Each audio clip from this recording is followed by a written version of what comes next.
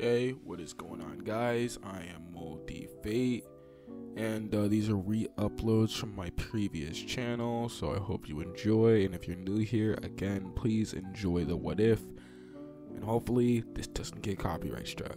What is going on, guys? It is Tyro here, and today we're going to be talking about what if Naruto was in Demon Slayer Part 3.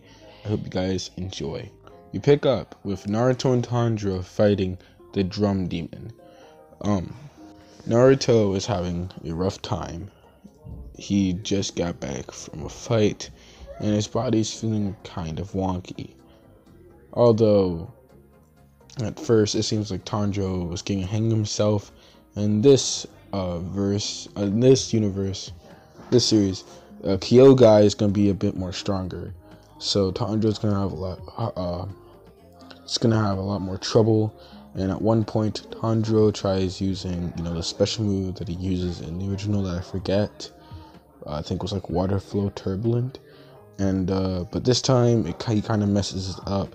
And Kyogai is going for a slash at Tanjiro. But Naruto pushes him out of the way. And Naruto gets hit with the slash. This would sever both of Naruto's arms. Luckily, Naruto's main body was still connected. But basically, Naruto's bleeding out from both of the arms, and he is fading from in and out of consciousness.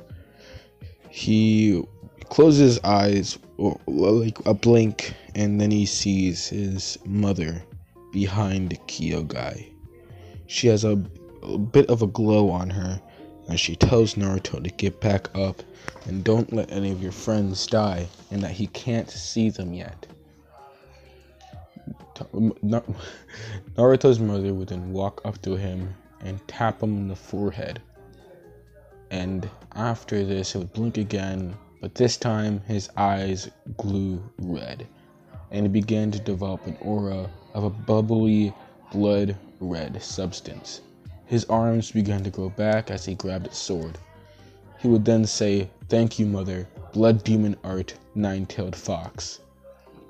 I should probably explain what the Blood Demon Art is. Since Naruto is half demon, it's a lot weaker than it would have been if he was a full demon. And I'm going to tell you the one weakness that this thing has is that if any sunlight ever touches it, it automatically will turn off until it can get into either shade or it's just night.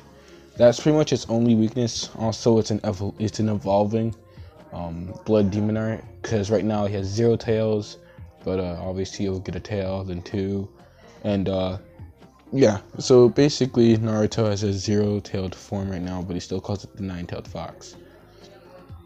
It also will enhance his strength and speed and all. As he says this, Naruto would lunge at Kyogai as he would try and spin the room, when Naruto would say, "Storm breathing 5th form Sky Dragon Dance," and he would basically just use this form to adjust more to the rotating room, and even though he'll get hit by the slashes, he will regenerate faster than it can destroy his body. And he'll basically tell Kyogai that his Blood Demon Art is so OP and cool before cutting his head off. But before that happens, Kyogai, after hearing it, would like stop deadly. Like, he doesn't even know what to do, as he's never been complimented like that before. And Naruto would cut off his head. Tanjiro and them will still survive, and basically before Naruto's whole Blood Demon Art fails, Naruto would use his Blood Demon Art enhanced 2nd form Eye of Storm to try and look for a way out, which they do find, and Naruto would grab Tanjiro and the 3 children and run out of the mansion.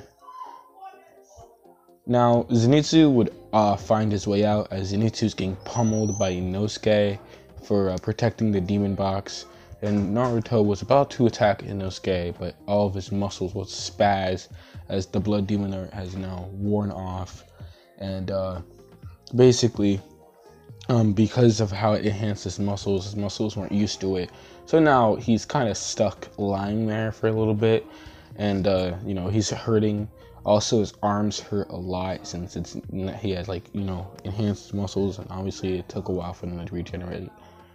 And he also gets scars every single time he needs to heal, so he kind of has scars around his body a little, but they'll fade through time.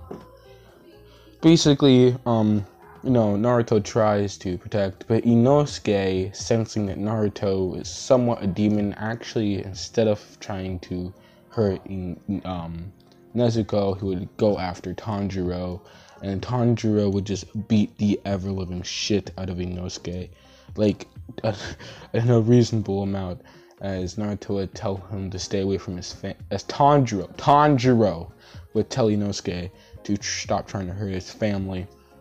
Inosuke would laugh as now he gets a challenge, and Inosuke and Tanjiro would just fist to fist, good old brawl, kind of like in the anime, only now Tanjiro is even more motivated to try and at least enable Inosuke to not be able to fight anymore, as Tanjiro and Inosuke's fight kind of rages on for a little bit.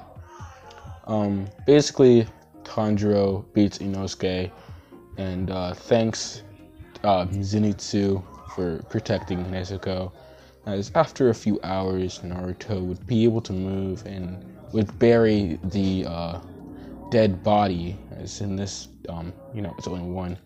He'd bury the dead body, and he would pray that the person could finally see either their family or whatever, rest in peace and all.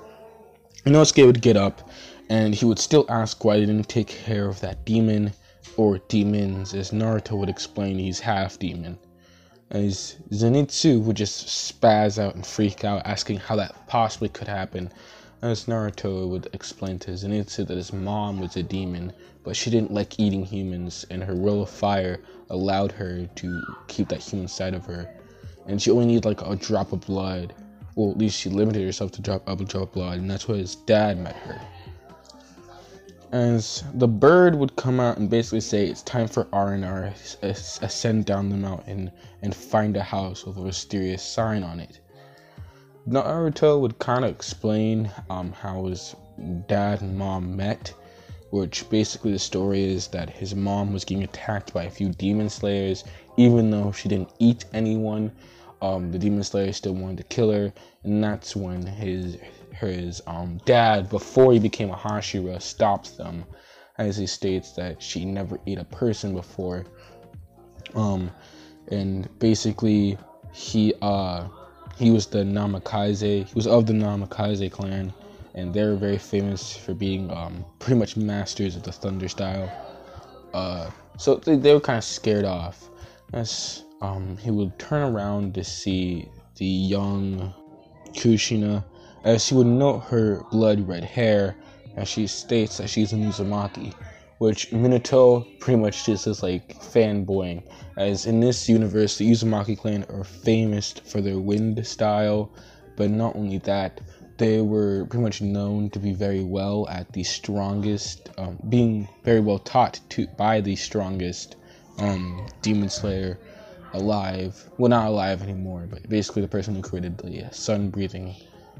They were directly taught by him, and even they were pretty much known to be able to use it, but throughout time it became less and less known, and they just decided to adapt the wind style.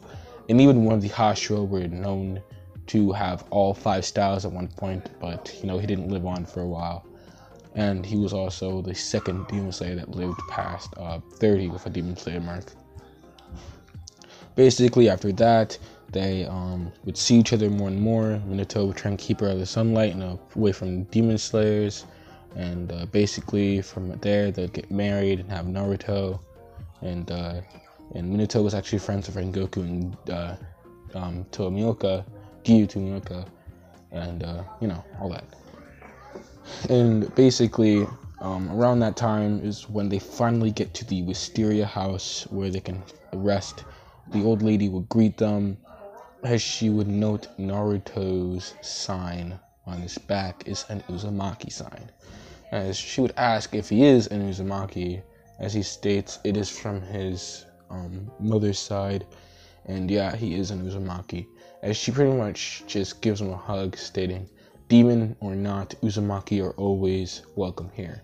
As Naruto would ask how she knew he was a demon, she states that Minato would always try and visit every Wisteria house and give them loads of money and food to help the demon slayers. And from there, he requested that every Wisteria house would accept an Uzumaki, no matter if they're demon or not. Obviously, if they have a good soul and all that. After that, Naruto and gang would walk into the Wisteria house. Naruto would have his favorite type of ramen, as he would personally request it, hoping that it wasn't a problem. But she obviously says no. As Naruto would lie down, as he would ask Tanjiro how Nezuko has been, as he hasn't seen her in a while. As Tanjiro would tell Nezuko that she can come out in the next day. She does come out in Zenitsu, obviously does this thing. But Tanjiro blocks him from Nezuko, and he would get closer to Tanjiro, and then Naruto, in a comedic way, would block Zenitsu from Tanjiro, who was blocking Nezuko. Zenitsu would ask why Naruto is getting in the way. Naruto states, for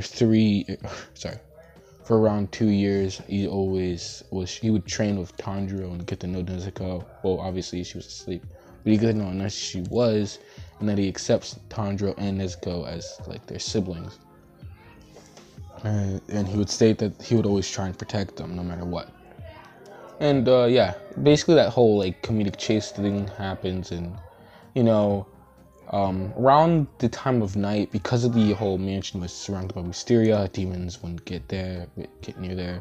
And unlike Tanjiro, Inosuke, and Zenitsu, Naruto did not have any broken ribs.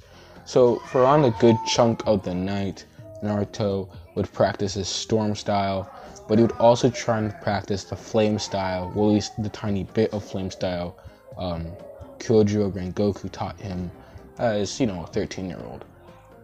As he was trying to make a new new breath style, the flaming storm style, but he can't get it down, as I'm just gonna say, in this universe, water and flames are not compatible with each other.